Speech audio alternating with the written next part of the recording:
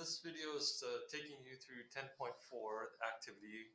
You are going to do a TI-nspire activity, so you need this TI-nspire open that you see here, and you can see some of the slides that are on it. And you also need the document that goes along with it. It looks like this to start off with. It's got several pages, so please get those open before you kind of watch the video. You can follow along with me. I'm not going to go through the answers of everything, but I am going to run you through the idea of all this. There's some old theorems here that it reviews real quick, and then it goes into some newer theorems. So I just want to make sure I kind of guide you a little bit on the new theorems. These are on your objective list. They're also in your textbook, of course, and you can find plenty of practice in other places. But this was just an in-class activity we were going to do. So it's something that you need to complete and hand in. So I just want to run you through the basics. So the first few slides you'll see are all review. So what's a minor arc, major arc, and you can grab these points and move them around to kind of see how things relate to each other. Same thing here. I can move things around. If you get chords that are equal length, which if you make, oops, going too far. Boom. Okay, then you can see that the arcs are very similar as well. They should be the same. Of course, it's a computer, so there's a little rounding going on here or there, but you get the idea.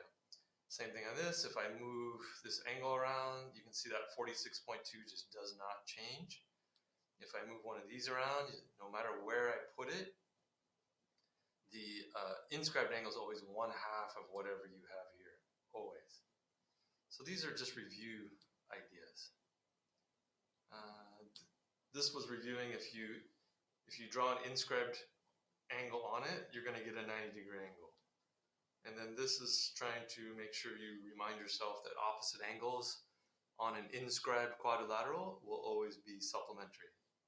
So that's all kind of old previous review theorems. So this first page that you're working on is all just review material. So you should be able to run through that. And then when you get to problem number 2 here, that's starting the new problems.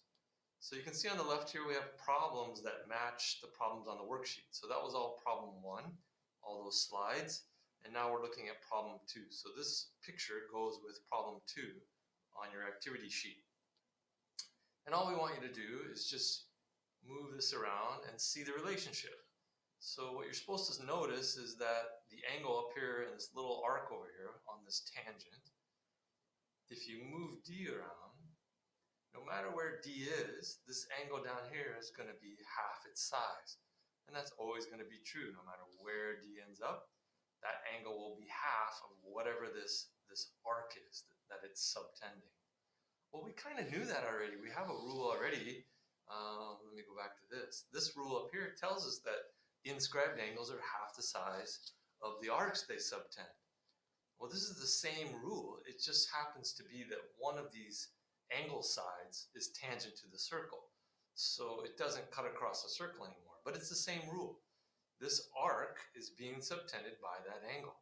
So the angle is half the size of that arc. Same rule. Problem number 3. Now this is new as well. This is completely new. It's not even just a little special case. It's definitely new.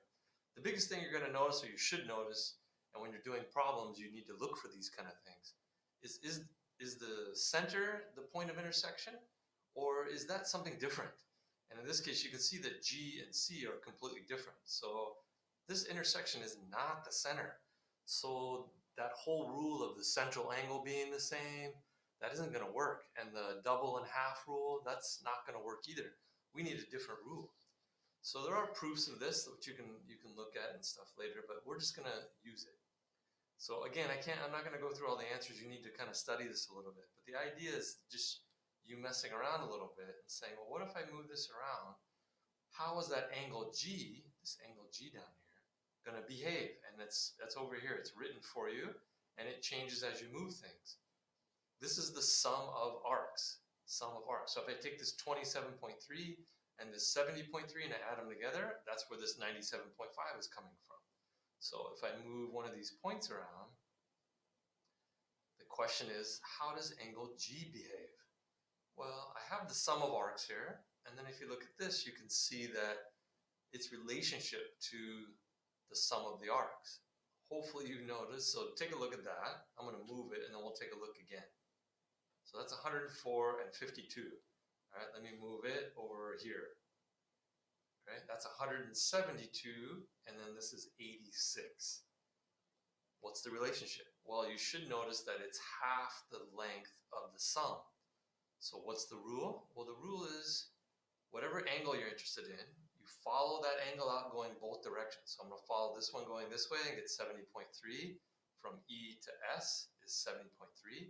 And then I'm going to go the other way out to this angle, this 102, and add those together. So 70.3 and 102, you add them together here, and then divide by 2 to get 86. So this angle right now, this angle down here, is 86 degrees. A good way to think of it is it's just the average. So if I take 70.3 and 102.2 and I average those, you will get this central, it's not a central angle. You will get this angle down here, which is an interior angle, we call it, an interior angle right here. So that interior angle is the average of the two arcs that it subtends. One's a little smaller, one's a little bigger, this one's right in the middle. It's average. Now this one, we have an exterior angle. We have this angle S out here. So as we move, whoops, there should be a point I can move.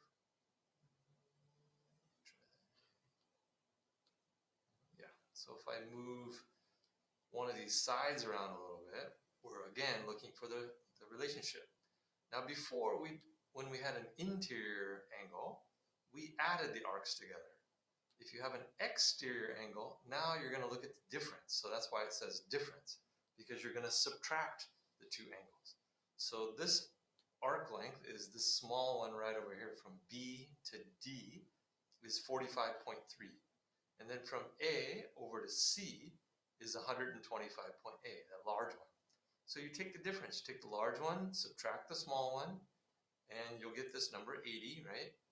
And then hopefully you can see that this exterior angle here is 40. So that is half, kind of like what we did before, is half of the differences now though. So instead of adding them up and dividing by 2, as in the previous case, now we are going to subtract them, and then divide by 2. So it's not the average, but it's a similar type of formula. So you're just subtracting instead of adding now. And that will give you the exterior angle. So that's problem 4. So problem 3 is a little practice with the average, where you're adding them together and divide by 2. And problem number 4 is you're doing the differences and dividing by 2. So you subtract and divide by 2. I'll say it really clearly and loudly. Do not use the central angle rule to do this. This interior angle, these interior angles are not the central angles. You cannot use the same measure as the arc, or you can't use the double half rule from the inscribed angle. Those don't work anymore because it's not the center of the circle. Be careful of that. Okay, let's move to problem number 5. Problem number 5. Almost the same. This actually is like what you're going to see on these next 2 slides, is the same thing as this difference rule, where you're subtracting the 2 arcs and dividing by 2. It's the same rule. What's the difference, you say? Well, what if I were to take one of these, oops, can I grab a, let me grab the line. It's not going to let me do it, but let me try to imagine if I brought this all the way out as far as oh yeah, actually I can get pretty far.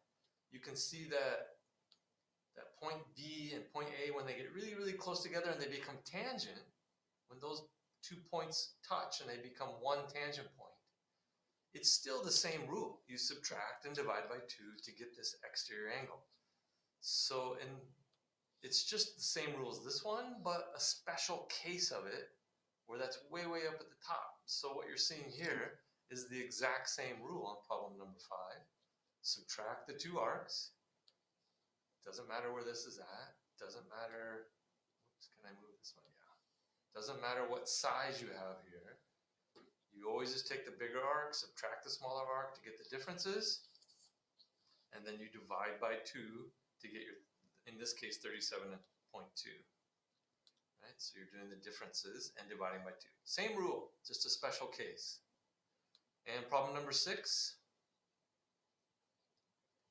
same thing, same rule. It's just now instead of 1 exterior tangent, we're going to have 2.